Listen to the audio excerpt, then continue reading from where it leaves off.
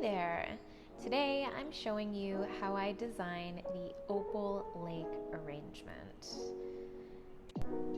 So a little bit of a story behind the Opal Lake arrangement and why I decided to name it Opal Lake is last year I listened to the audiobook Paramahansa Yogananda's biography, and it was just an exceptional journey and tale of this incredible person's life that affected so many people's lives in such a positive way, and myself included, of course. In the autobiography, there is a chapter on the astral realm, and after Paramahansa's Guru Sri Yukteswar had died, he had come back and explained to Paramahansa the astral realms and how gorgeous and pristine they are.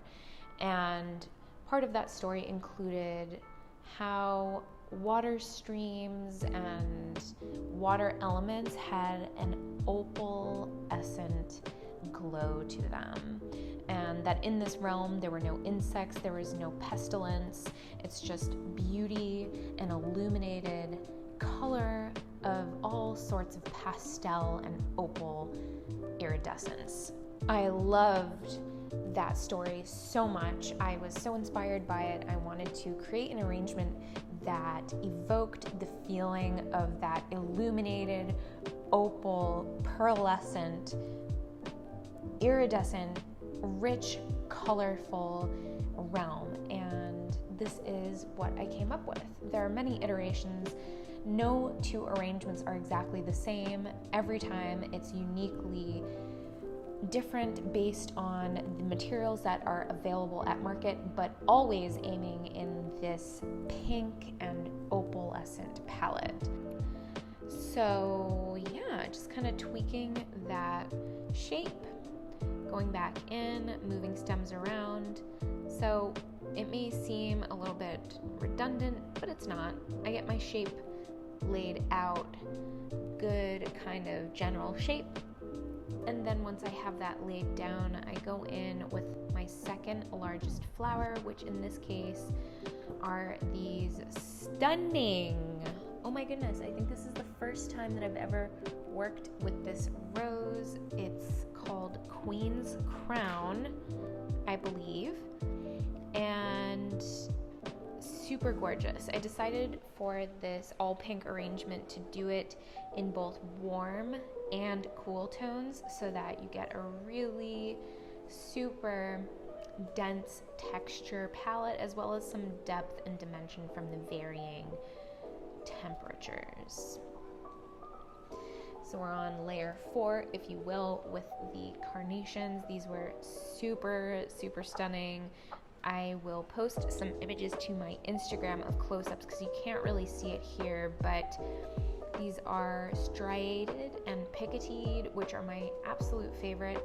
I do love a monochromatic, just single note, single color carnation, but I especially love the ones that are very frilly, have more texture, and the picotee texture to them, which is a striped edge, basically. So as you can see, I have my orchids pre-prepped. If you'd like to watch a video on how to tube and stake orchids, I will link that up here to the right.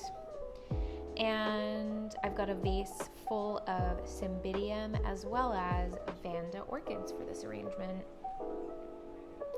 I used a full stem of the vanda and almost a full stem of the cymbidium, so I ended up with about, I think, 10 or 11 blooms each. Love this color. It was a really soft pink, and it had a very subtle yellow coloring to the throat, which really matches beautifully the ranunculus that I'm working with that you'll see here in a bit. So again, I get that preliminary shape down, and then I go in with my other orchid. I try to space things in such a way that your eye is always seeing something different, even though I guess we're working with about 10 or 15 varieties. Didn't count. That's usually how I design these arrangements. I work with about 10 or 15 different types of flowers and textures so that there's a huge range of color and variety for the eye to look at. Then I'm now going in with these also picotee ranunculus, which are super special, kind of a soft buttercream with a picoteed burgundy-ish pink striation there. And again, if you want to see close-up pictures of this arrangement, I will post them to my Instagram. You can also go now. Pictures are already up on my website, updated images for the OPAL Lake arrangement. Website is linked in the bio below, and any of the tools that I used to make this arrangement are also linked in the description box below if you want to recreate this arrangement. Everything except for the vase is listed below. The knife, the clippers, the types of vases that I use, and the hyacinth sticks, the tape, every single item that I use to design this arrangement, again, except for this exact UCI scratch vase, is linked below in that Amazon store. So now I'm going in with super special David Austin pink piano rose. There's bridal piano and then there's pink piano. I think pink piano is a little bit brighter a color. It's not as red a hue, so that was perfect for this arrangement. And again, adding in a really gorgeous, super textural detail there. Love it so much.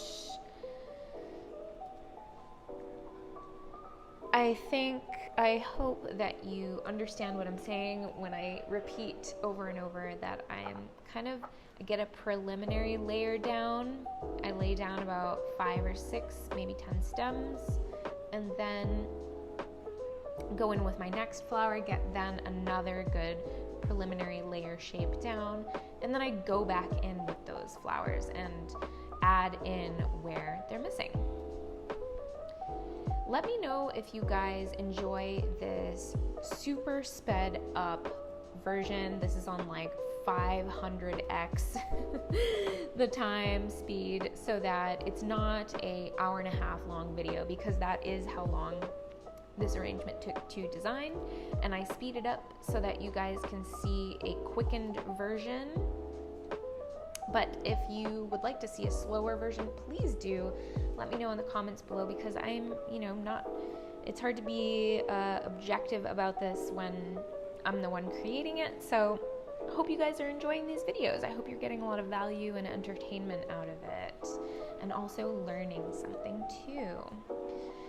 This arrangement, when complete, is about 20 inches high by 23 inches wide. In my shop, this is the extravagant size. It is very dense with product, as you can see here, and they're all premium blooms. I especially loved these double hydrangea. They came in, I'm pretty sure they're Dutch. Exquisite. The color was just off the charts, and the double nature of that flower being that there's double the amount of petals than normal, and that is a characteristic and a name for the types of flowers that have that. It's a descriptor for that type of flower. So a lot of flowers can be a double. There's double lilies, double hydrangea, double carnation, and then there's, on the contrary, there are single roses. So you'll just see one layer of a single petal. Sally Holmes is a great representation of a single petal rose. Anyways, off topic a little bit. I am closing out this arrangement here, finishing up with another incredible rose called Roseberry. Love this. I trim off the calyx so that you can't see the green in the arrangement. A lot of those types of details go into making these greenery-less arrangements. It's very time consuming, but I will not do it any other way. This is how I want it. I want super saturated color with no green, unless it's of course a green, intentionally green arrangement, meaning not greenery, but green flowers. So going back in with that ranunculus and filling in where there are none, making sure that there's proper spacing between all the flowers, tweaking, pulling in, pulling out. And I've said this in the other videos, but it looks like they're all on the same plane, but they're not. There's a lot of half an inch depth between each bloom or so, maybe less. If they were all on the same plane, this arrangement would not look this way. It would look a lot more smushed.